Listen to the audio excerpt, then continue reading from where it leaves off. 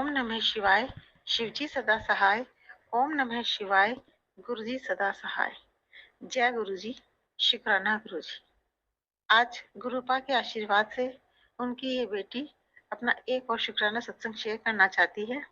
इसके लिए भी गुरुपा का बहुत बहुत शुक्राना कि मुझे उन्होंने ब्लेस किया।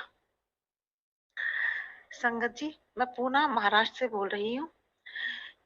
आज का ये मेरा सत्संग बहुत पुराना है, जब गुरुजी ने मेरा हाथ थामा ही थामा था, यानी मुझे अपने गुरु परिवार में शामिल किया था। लेकिन जो कि उस समय मेरे को न तो सत्संग के बारे में मालूम था और न ही शुक्राना सत्संग शेयर करने के बारे में मालूम था, तो मैं उस समय तो अपना सत्संग शेयर नहीं कर पाई। मुझे इस सत्संग शेयर करने के बारे में पिछले करीब 8-9 महीने से ही पता लगा है, तभी से मैं सत्संग शेयर कर रही हूँ। हालांकि गुरुजी ने मुझे जोड़ तो काफी पहले ही लिया था अपने साथ।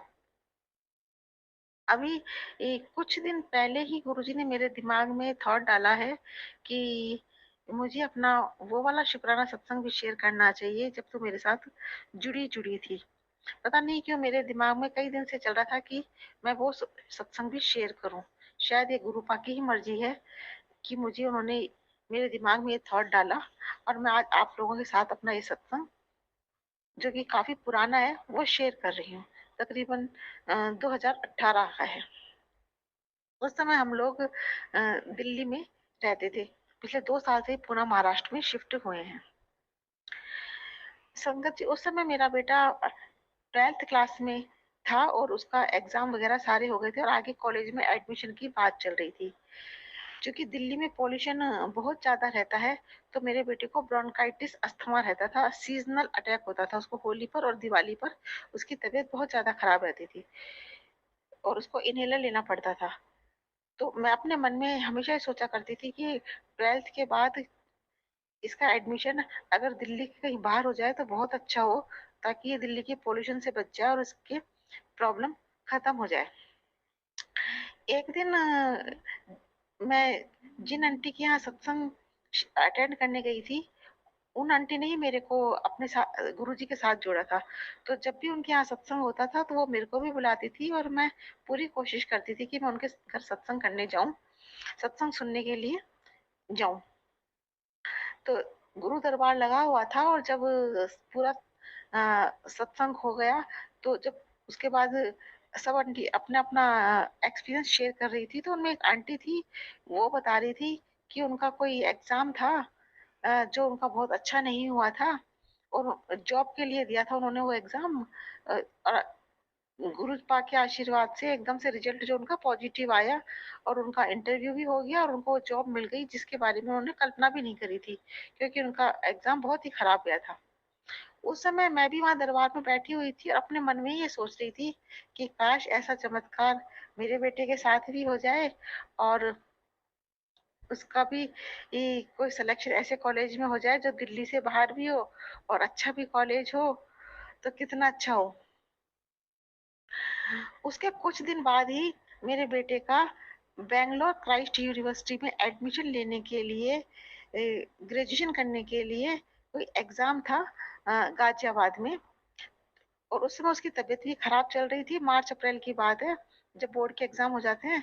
उसको ब्रोंकाइटिस की प्रॉब्लम काफी ज्यादा हो रही थी और उस दिन चूंकि उसका एग्जाम था बेंगलोर क्राइस्ट यूनिवर्सिटी के लिए, तो वो सुबह गया।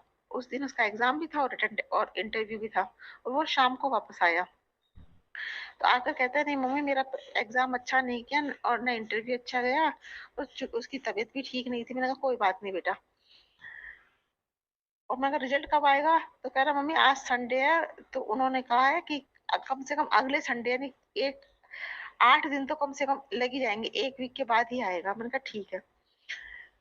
संगत जी, संडे की शाम को वो एग्जाम दे के आया है और इंटरव्यू दे के आया है, और फ्राइडे को सुबह 9 बजे मेरे पास किचन में आके कहता है मम्मी मेरा सिलेक्शन हो गया।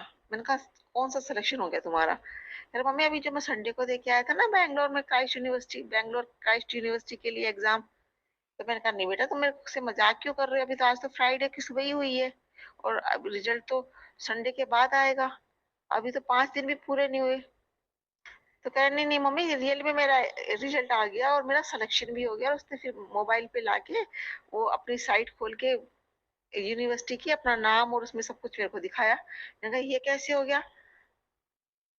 जो लेकिन मैं उसमें खुश तो बहुत ज़्यादा हुई, लेकिन चूँकि मेरे को गुरुजी का के चमत्कार और इनके बारे में इतना कुछ ज़्यादा मालूम नहीं था, तो मैंने उस चीज़ को गुरुजी के ब्लेसिंग से लिंक नहीं कर पाई और वो बात अनदेखी हो गई। अब पिछले कुछ दिनों से जब से मेरे दिमाग में बार-बार गुरुजी थॉट डाल रहे थे कि तू अपना वो वाला सत्संग भी शेयर कर, वो वाला सत्संग भी शेयर कर। तो उस समय ऐसे गुरु दरबार में बैठी हुई थी, ऐसे हुआ था। यानी अब मुझे रियलाइज़ होता है कि वो तो गुरुपा की ही ब्लेसिंग थी कि उसका एग्ज़ाम भी बेकार हुआ था, उसकी तबीयत भी खराब थी और ऐसे-ऐसे मैं उस समय ये बात सोच रही थी जब वो आंटी अपना सत्संग शेयर कर रही थी। तो गुरुपा, मैं उस बात को उस समय नहीं समझ पाई, उसके लिए मैं आपसे माफ़ी चाहती हूँ और ये सब आपकी ही ब्लेसिंग थी, जो आपने मुझे अपने अपने बेटे को ब्लेस किया और उसको दिल्ली से बाहर निकाला, बैंगलोर क्राइस्ट यूनिवर्सिटी में जहाँ पॉल्यूशन बिल्कुल नहीं रहता, इतनी अच्छी जगह उसको पहुँचा दिया और उसकी पढ़ाई भी अच्छे से हुई। उसके सब काम बहुत अच्छे से हो गए और बैंगलोर में शिफ्ट होने के बाद उसको ब्रोंकाइटिस अस्थमा भी अब ना के बराबर ही हो गया। मतलब बहुत ही कभी-कभार अगर दिल्ली जाता है तभी उसको प्रॉब्लम होती है और कॉलेज भी उसको अच्छा मिल गया। इसके लिए गुरुपा आपका बहुत-बहुत बहुत शुक्राना। आपका अनंतम, अनंतम, अनंतम शुक्राना। और आपने ये सत्संग शेयर करने का थॉट मेरे दिमाग में डाला, इसके लिए भी आपका बहुत-बहुत शुक्राना। मैं इस चीज़ को भूल गई थी और आपकी नादान बेटी समझ नहीं पाई, इसके लिए मैं आपसे माफ़ी चाहती हूँ गुरुपा। आप ही का बच्चा है, इस पर अपनी अपार दृष्टि, अपनी कृपा दृष्टि हमेशा बनाए रखना गुरुपा। आपका बहुत-बहुत शुक्राना, अनंतम, अनंतम शुक्राना। बहुत बहुत शुक्राना संगत जी यह सत्संग सुनने के लिए। संगत जी, अगर आप भी अपना कोई सत्संग गुरु परिवार के साथ, गुरु संगत के साथ शेयर करना चाहते हैं, तो आप हमें ऑडियो रिकॉर्ड करके, लिख कर या वीडियो रिकॉर्ड करके भी भेज सकते हैं। हम कोशिश करेंगे कि हम आपके सत्संग गुरु परिवार के साथ इस चैनल के माध्यम से शेयर करें। संगत जी, आज के इस सत्संग को हम यहीं पर विराम करते हैं। यह एक सेवा है जो हम सभी को करनी चाहिए। जय गुरु जी, शुक्राना गुरु जी।